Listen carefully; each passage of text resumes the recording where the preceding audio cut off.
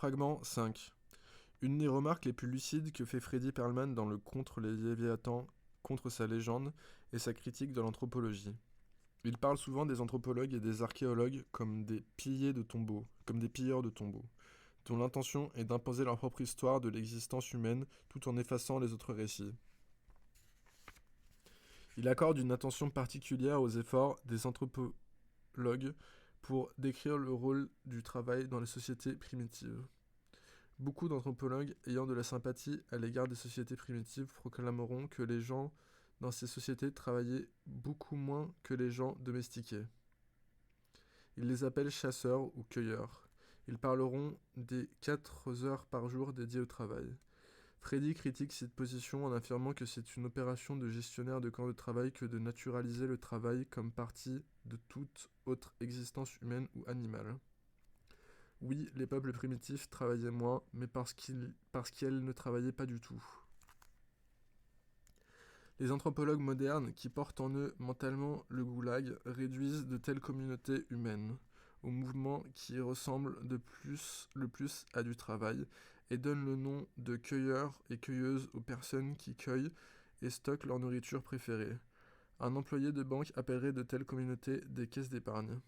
Les travailleurs et travailleuses d'une plantation de café au Guatemala sont des cueilleurs-cueilleuses, et l'anthropologue est une caisse d'épargne. Leurs ancêtres libres avaient des choses plus importantes à faire. Le peuple Kung a miraculeusement survécu comme communauté d'êtres humains libres durant notre époque d'extermination. R.E. Leakey l'a observé dans sa forêt natale africaine luxuriante. Les gens n'y cultivaient rien d'autre qu'elles-mêmes, et elles faisaient d'elles-mêmes ce qu'elles voulaient être, et elles n'étaient déterminées par rien d'autre que leurs propres êtres, pas par des réveils, des dettes ou des ordres supérieurs. Et elles fêtaient, célébraient et jouaient tout le temps, sauf quand elles dormaient, et elles partageaient avec toute leur communauté tout avec leur communauté, nourriture, expérience, vision, chanson. L'immense satisfaction personnelle, la joie intérieure profonde venait du partage.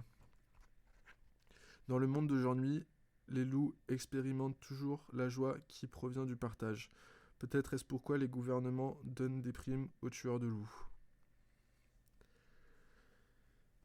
Cette affirmation est simple mais profonde. Celles qui vivent dans un monde de travail ne peuvent comprendre l'activité des autres que comme travail. Le travail est une institution historiquement déterminée, et pourtant notre métaphysique civilisée opère en vue de naturaliser cette institution, ainsi que pour rendre obscure la violence de la domestication en elle.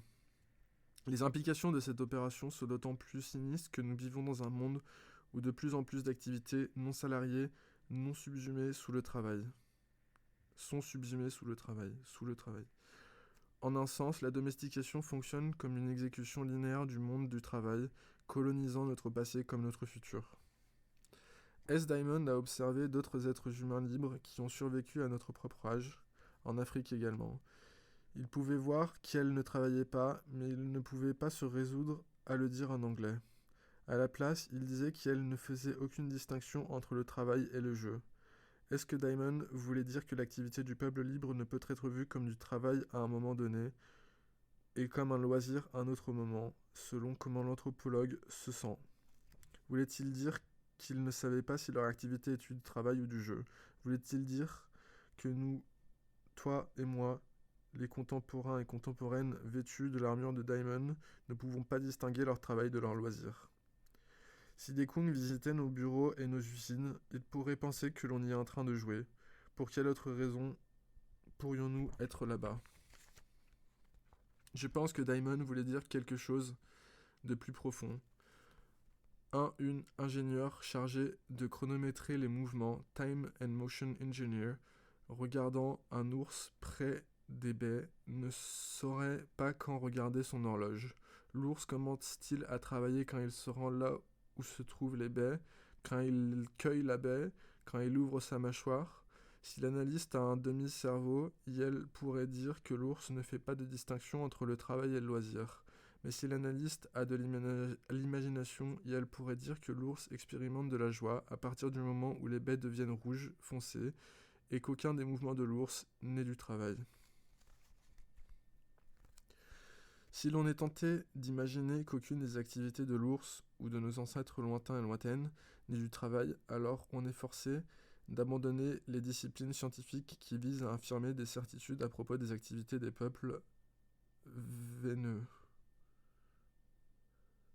C'est une rupture importante avec une orthodoxie primitiviste qui favorise l'utilisation des méthodes anthropologiques. On comprend pourquoi quelqu'un et quelqu'une voudraient faire des assertions à propos de la nature précise d'un dehors ou d'un avant de la civilisation. Nous voudrions affirmer cependant que de telles assertions ne sont pas simplement fausses en vertu de leur aneurage dans la vision scientifique du monde, mais aussi non nécessaires à notre critique. Nous n'avons pas besoin de pouvoir proclamer que nos ancêtres travaillaient moins pour refuser notre capture par le monde du travail.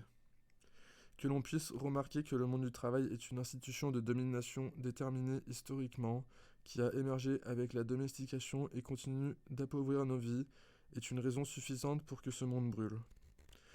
Cela représente une orientation différente vers le dehors. Croire les réponses scientifiques à propos de ce qui est dehors apporte sûrement un certain confort et une paix de l'esprit.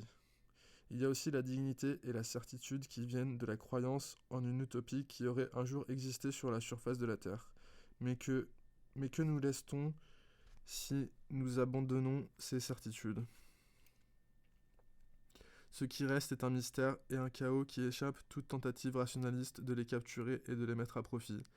Cet inconnu est précisément ce qui rend folle celle qui parle avec certitude. C'est le monde sombre et magique du mystère que toute la violence de l'opération scientifique vise à annihiler. Notre proposition est simple. Au lieu de nous leurrer sur l'inconnu avec telle ou telle preuve positive, l'inconnu lui-même est quelque chose à célébrer. Plutôt qu'un retour primitiviste à un dehors qui est supposément adapté à notre biologie, nous allons poursuivre une échappatoire vers un dehors qui est à la fois un mystère et une incertitude. Devons-nous moins lutter pour nous échapper si nous ne savons pas à quoi ressemble le dehors ? On a juste à regarder le monde qui se présente lui-même comme si certain pour connaître la réponse.